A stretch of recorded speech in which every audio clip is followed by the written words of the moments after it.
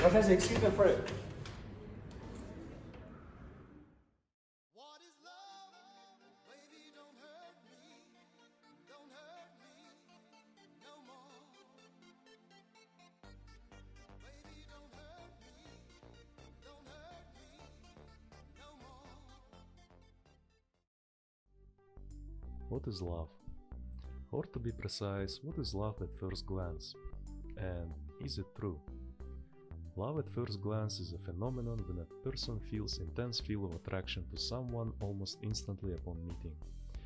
We will be looking at this phenomenon from a scientific point of view, and without further wait, let's see what happens in human brain when we fall in love at first glance.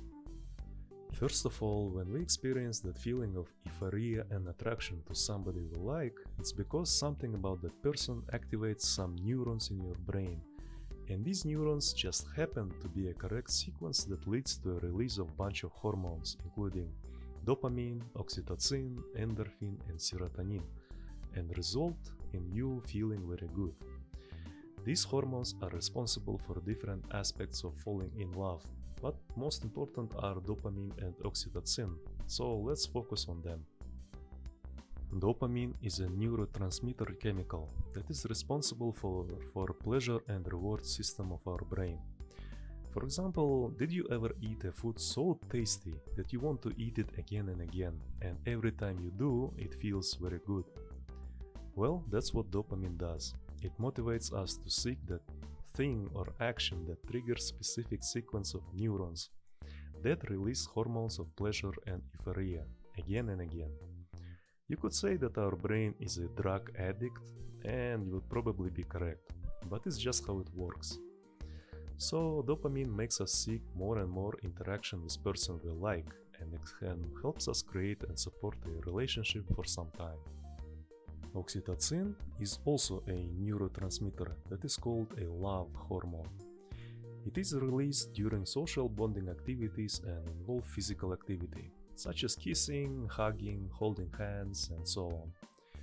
The reason why is it called a love hormone is because it helps maintain relationship in long-term perspective.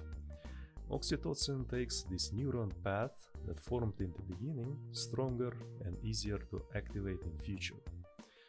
You can think of this path as a small trail in the forest. If given enough time, oxytocin will turn this small trail into a big asphalt road.